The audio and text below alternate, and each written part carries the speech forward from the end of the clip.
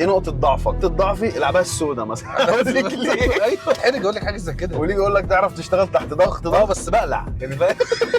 المره الجايه لو فتحت عليك باب الحمام لاربطك جنبي وما هتطلع لما انا اخلص حمام. ركبت معايا حور عين. قشطه قشطه. لا انا مش بحبش ركبي. اول ما طلعنا على شارع فيصل بره درجه احمد ده في الشنطه وراح مطلع الجو.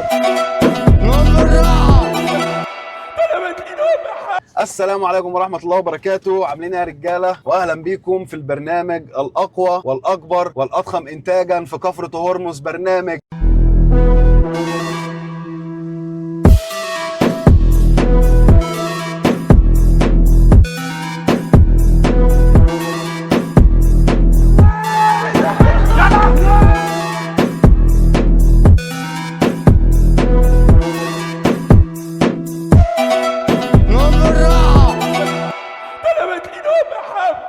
مصدق ان انا بنسجل تاني. بس اكيد الناس شايفة الفرق بقى، الكواليتي. طبعا جبنا كاميرا كانون 5 دي مارك 3 فول فريم. في الفريم ده هو اللي مطلع الصوت كويس. فلاح يا ابن الفلاح. نتكلم عن النهارده صح؟ انت تحب نهرف ايه النهارده او نهبط في ايه؟ انهي عن الشو. بما اننا انا وفتحي شغالين في شركه بنحبها جدا وخايفين على اكل عيشنا، حابين نوضح لحضراتكم الاتي. اي تشابه بين احداث الحلقة والواقع فهو محض صدفة او محض قهر. الحلقه دي خيال ساخر، خيال تعبان زيه زي المرتب بالظبط. استمتعوا بس ما تبلغوش علينا. معلش بس عشان اشوف الطريق كويس ممكن انضف النضاره. ايه؟ في ايه؟ يا اسطى امسك الدركسيون. انا خايف اطول شويه الاقي نفسي يا اسطى لا ما انجز عشان احنا بنلف اصلا. حاسب بس. ايوه ايه يا علي.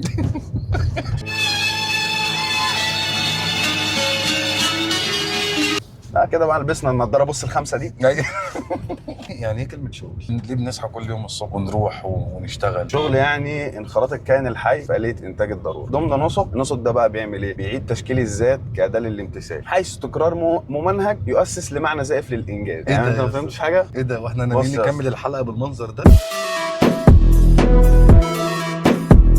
اشعبول لي الحوار. ايوه شعبولوا لي جدا. اشعبله لك يا صاحبي. عامل زي الحمار في النجيله. كانش في كلمه لا حمار. الحمار. انت عايز تشتم. الحمار بيخلص. صح. الناس بتشتغل في حتت لا عارفه هي بتعمل ايه ولا عايزه توصل لايه، ولا المؤسسه اللي هي فيها دي اصلا رايحه على فين. هو احنا ليه اصلا بنشتغل؟ ليه ما نشتغلش بنظام المقايضه تاني؟ قايده. اه انا يعني مثلا لما اجي اروح اتقدم لواحده اروح داخل على حمام كرتونه بيض اقول له انا جاي اتقدم لبنتك كرتونه بيض. رايح تلعب كوره ممكن تاخد معاك كيلو دقيق اشمعنى دي؟ عشان حضرتك وانت في اللعب تعرف تعمل دبل كيك.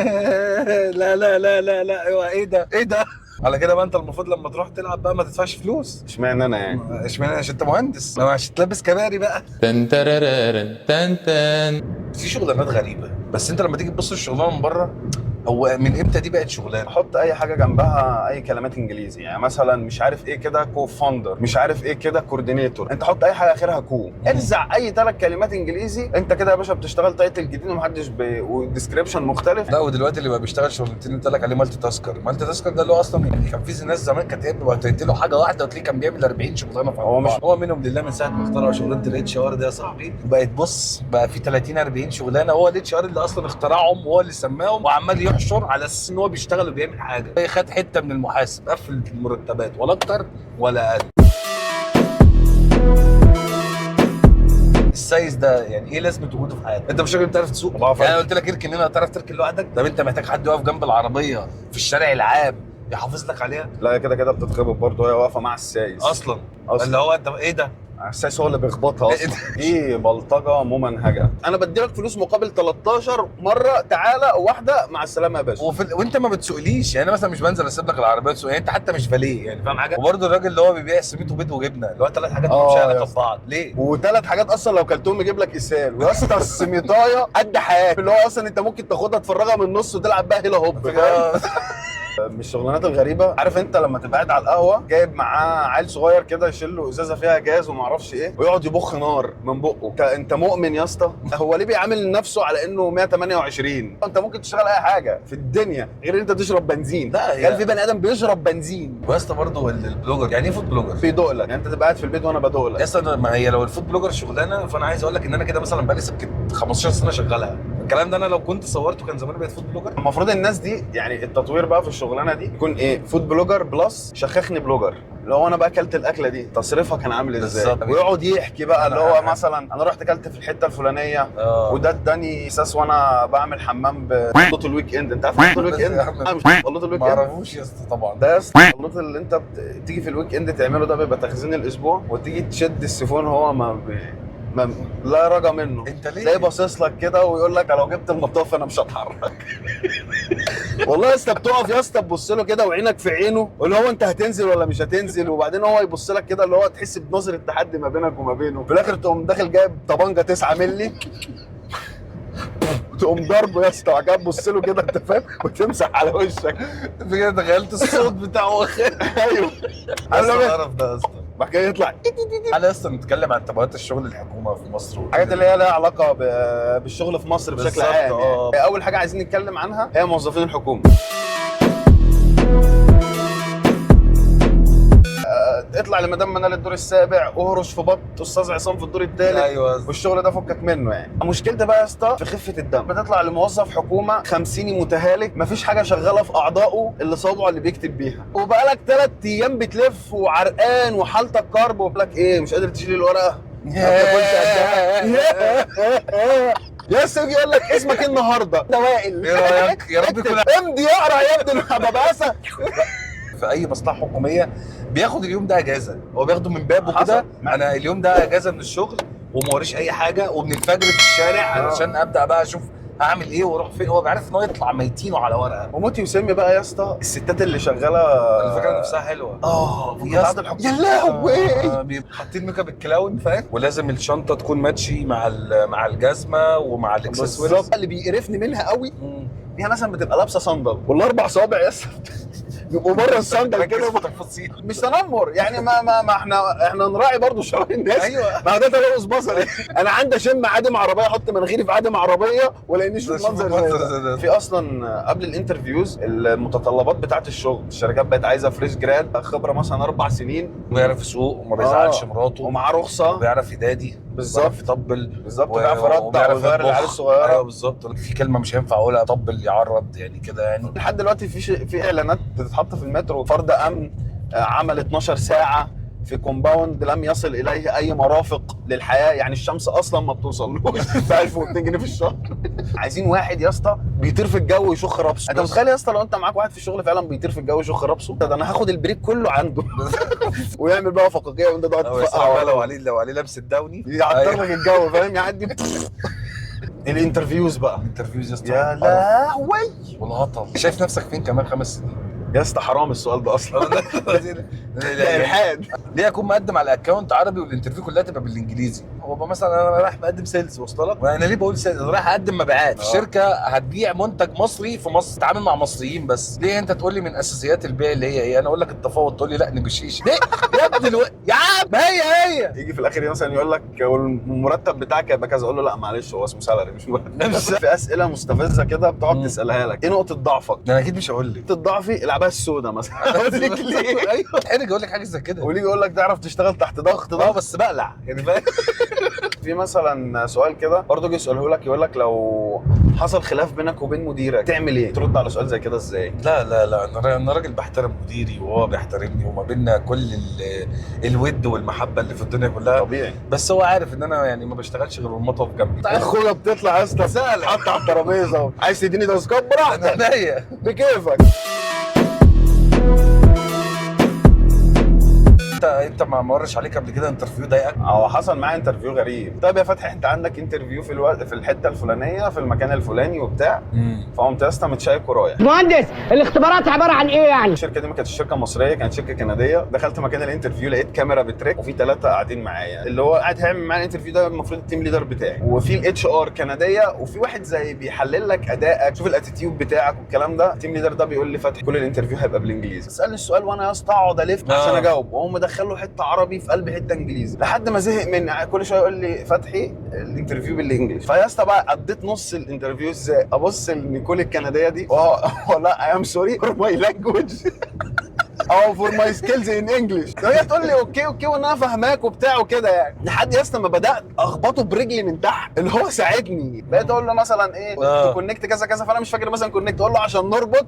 بعد كده يا اسطى اقوم باصص له كل دي اقول لا ام سوري فور ماي سكيلز ان انجلش. بص بقى البجاحه يا اسطى، رايح بعد الانترفيو انت فاهم، بتصل بقى بالاتش ار بقول له انا عملت ايه وبتاع. عايز اقول له حاجه مهمه جدا. ابوس ايدك يا متشغل ليه بس؟ ابوس ايدك. تخيل انت قاعد وسط 3 قاعدين بيصوروك وبتاع. محدش فينا بيحب انه يتحط في حته تحقيق، وفي نفس الوقت انت بتدور على المثاليه بقى، ان انت مش عايز تغلط في ولا اجابه. فبسبب ان انت مش عايز تغلط ولا اجابه انت مضغوط فبتغلط. هما بيحبوا ان انت تبقى عندك ثقه بنفسك. عادي روح وما تتقبلش، ايه المشكله؟ يمكن عشان انا ما كنتش محتاج الشغل وبعرف بس عشان السالري فكنت مرتاح نفسيا. لو انا بقى رايح كده لا هتقع. لا يا معلم عيش واتبسط وهتلاقي الدنيا بيس فشخ معاك. قول لي بقى يا صاحبي، اخبار الشغل الحالي معاك ايه؟ والله يا اسطى مبسوط، بس عندي شويه مشاكل بسيطه يعني. زي ايه مثلا؟ اتكلم عادي براحتي. يا اسطى انا الشغل الحالي اللي انا فيه ده عندي مشكله ريليتد بالحمام. حمام؟ مفيش غير الحمام؟ اكيد في مشاكل بس السبوت لايت على الحمام. حلو. يا اسطى انا في واحد معايا في الشغل اسمه اسلام. اسلام ده يا اسطى ظابط مسانته على مسانتي. والله ما في مره يا اسطى اقوم اخش فيها الحمام الا لما بقى بعدها مثلا بكام ثانيه الاقي تك تك تك تك مين؟ اسلام اتفضل. ما فيش مره دخلت اتوضيت، دخلت الحمام، دخلت عملت اي بلا ازرق لما الاقي اسلام بيخبط على، انا بخش بقفل بقف احط ايدي في وسط كده واستنى اسلام وهو بيخبط، او بقول له مين قبل ما يخبط اصلا. وكان معانا يا اسطى واحد تاني في الشغل بلاش نقول اسمه، 4 مرات او 5 مرات يا اسطى افتح عليه الحمام وهو في الحمام لحد ما جه مثلا في ثالث لحد ما جه في ثالث مره لقيته بيقول لي انت بتخش عليها كده ازاي؟ ذيس از حمام، انت هتقلع اقفل الباب معروف. لحد اصلا ما جيت في اخر مره فتحت عليه الحمام قلت له قسما بالله يا محمد، انا قلت له قسما بالله يا محمد المره الجايه فتحت عليك باب الحمام لاربطك جنبي وما هتطلع لما انا اخلص حمام. شوف بقى العنف انت بقى ونصيبك بقى. بعمل حمام من انهي اتجاه بحس فيه بروح المشاركه. انا اجي في مره مثلا يقول لي اتاخر تعالى نقسمها بالنص. انت ايه مشاكلك بقى في الوقت الحالي مع الشغل؟ لا لسه مفيش مشاكل. انا مبسوط جدا والشغل جميل والشغل زي الفل واحنا شركه رايقه جدا جدا جدا جدا. كله شغال كله شغال يا باشا، وبيصرف وبيلبس وبرفانات والحياه زبادي في الخلاط. قول لي كده ايه اغرب شغلانه اشتغلتها؟ عصفور. بتشيل طوب؟ بس هو ليه سموه عصفور يا انا اسطى؟ عشان عصفور لازم ينجز ويطير بسرعه. كانت اغرب شغلانه اشتغلتها ليه؟ ان انا بقى اشيل طوب على ظهري والبس شكاره في دماغي. لا والله. والله. موقف تاني برضو له علاقه بالشغل، انا كنت شغال في مصنع في شقه كده نبات فيها احنا و65 واحد تانيين. كنا بننام يا اسطى كاننا في حبسه، انت ليك شبر وقبضه وبتنام وبتاع على جنبك ما ينفعش تتقلب والجو ده. اليوم ده ما رحناش الشغل انا وواحد صاحبي تاني اسمه مصطفى. فالمهم قلنا نقعد بقى في الصاله بره نشغل التلفزيون. في مثلا يا اسطى بتاع 13 14 واحد قاعدين في الصاله. مره واحده يا اسطى لقينا لك واحد قام جاي في نص الصاله يا اسطى عم عامل كده وجات يا اسطى رشق كده ما بين الحيطه بس والسجاده. مش عايز اتخيل يا اسطى. الواد ابن الذين انت فاهم كان ايه قناص يا عم. قمت انا يا اسطى ايه كنت شاتمه بقى. ايه يا دي اللي انت عملته ده؟ قال لي انت بتشتمني انا؟ قلت له انا بشتمك انت. قمنا يا اسطى بقى مصطفى وقف وانا وقفت. العيال يا اسطى بدات بقى تك، اللي كان نايم بيصحى اللي كان بيشخر قام من النوم فاق، واللي كان في الحمام طلع نص البنطلون تحت ونص البنطلون كتير. فوق. الشقه كلها. انت اللي امك تضرب مين ابن مين اللي قال لك تعمل كده؟ انت كنت عايز الف ادي مصطفى بالقلم واقول له يا ابني احشرنا 30 مره نحترم نفسنا. لقيت لك يا اسطى في بتاع 13 واحد واقف ورا الواد يا اسطى يقرب مني يقول لي انت بتشتمني انا. خلاص بقى يا اسطى احنا هنتعجن. بس طب ببص يمين وشمال انا ومصطفى بنأمن على اي خشب الترابيزه على اصل احنا كده هنتضرب. فهو يقرب لي يقول لي انت بتشتمني انا وانا اقول له يقرب لي يا اسطى كمان انت بتشتمني انا لحد يا اسطى ما لزق قرطه في قرط. لقيته بيقول لي انت بتشتمني انا. قلت له بتتخانق ولا ايه؟ في بلوت تويست غريب لقيته بيقول لي قام راجع كده خطوه ورا قال لي ماشي او واخد بعضه وراجع. رجع تاني اللي كان نايم رجع ينام تاني أصلاً. واللي كان واقف قاعد مع الادرينالين اللي راح على الفاضي.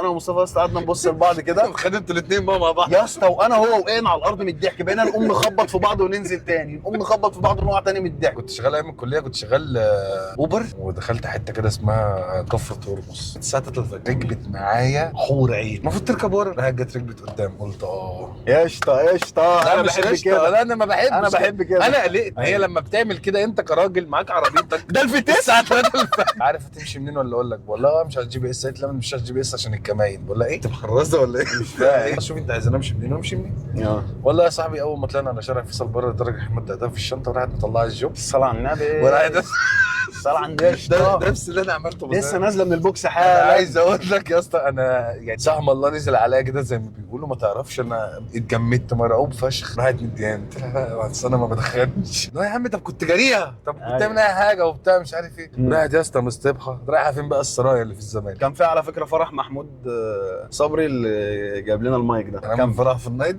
لا مش في النايت ده في قاعات. ايوه في قاعات يا اسطى. من هنا برضو بنوجه شكر خاص وحصري لمستر محمود صبري ان هو كتر الف خيره جاب لنا المايكات الحلوه دي عشان تسمعوا صوتنا بالكواليتي دي. حبيبي موظفين اوبر اصلا دول يا اما يبقى غامض قوي يا اسطى وما يتكلمش ويقعد يبص كده بصات غريبه وانت قاعد معاه، يا اما يا اسطى ياكل ودنك ويفضل قرفك طول الطريق. يعني انت ما بتعرفش تسكت، ما بتعرفش تفصل. انا دافع ال 200 جنيه عشان انام، عشان انام الساعه الا تلت دول. انت يا حمار بيعملوا كده كله العصبيه يا اسطى. انا ما بحبش اتعصب. لا اوعى تتعصب يا جماعه. عنده ما شاء الله تملك اعصاب رهيب. عدى يا اولاد دين طب انت مثلا يعني علاقتك بالشغل يا فتحي تحب توصفها بايه وناوي تشتغل لحد امتى؟ انا علاقتي بالشغل علاقه يا اسطى 2 متجوزين بقى لهم 25 سنه جواز صالونات. يعني انت المعامله في الشغل ما بينك وما بينش انت مضطر ان انت تروح الشغل عشان انت لازم تشتغل. انت فاهم؟ اخر الشهر تعمل انت بالظبط. دي اللحظه بقى اللي فيها المتعه. ودايما المتعه اصلا بتبقى متعه لحظيه. ما هي لحظه. كل المتعه اللي في الدنيا بتبقى متعه لحظيه. انا قبضتهم بس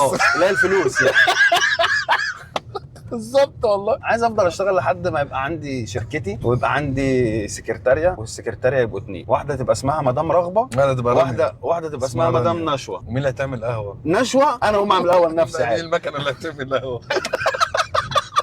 ليه بقى يا اسطى نشوه ورغبه؟ تبقى واحده سكرتيره قاعده على المكتب بره، واحده تبقى معاها جوه. اللي بره دي مراتي تيجي تخش تقول لها لا يا استاذه ما ينفعش تخش كده على طول، فتقول لها بقول لك وسعي. فانا اقول لها خلاص يا نشوه اطلعي واقفلي الباب وراك. ورغبه بقى دي يا اسطى برمي لها الدشات على الارض